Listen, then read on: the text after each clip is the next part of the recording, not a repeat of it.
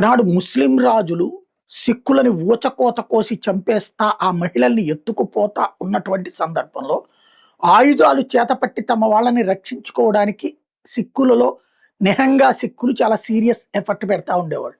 వాళ్ళని వీరులుగా చూసేవాళ్ళు.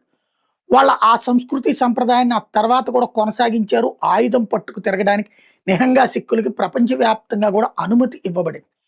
వాళ్ళు బాధ్యతగా కరవాలాలు తమ దీంట్లో ఉన్నా సరే, పొదిలో ఉన్నా సరే అవి తీసి ఊరకనే ప్రదర్శించరు, లేదా అది చెయ్యరు. ఎందుకంటే అది ఒక దేవుడిచ్చిన వరం వాళ్ళకి అన్నటువంటి రూట్లో ఉంటారు. కానీ దారి తప్పిన సిక్కు యువత డ్రగ్స్కే అలవాటు పడ్డారా, అహంకారానికి అలవాటు పడ్డారా, పాకిస్తాన్ మాయాజాలానికి లొంగారో తెలియదు. కానీ మన ఉత్తరాఖండ్లో జనం మీదకి కత్తులు తీసుకుని వెళ్ళినటువంటి సంఘటన, ఆ సందర్భంగా వాళ్ళని అరెస్ట్ చేసిన సంఘటన చూసాం.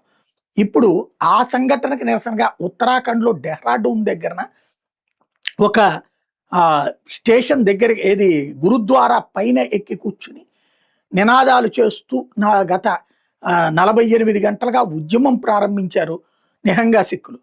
దీంతో వాళ్ళు నరికేస్తాం, అందరినీ చంపేస్తాం అంటున్న వేళ సైన్యాన్ని దించాల్సి వచ్చింది.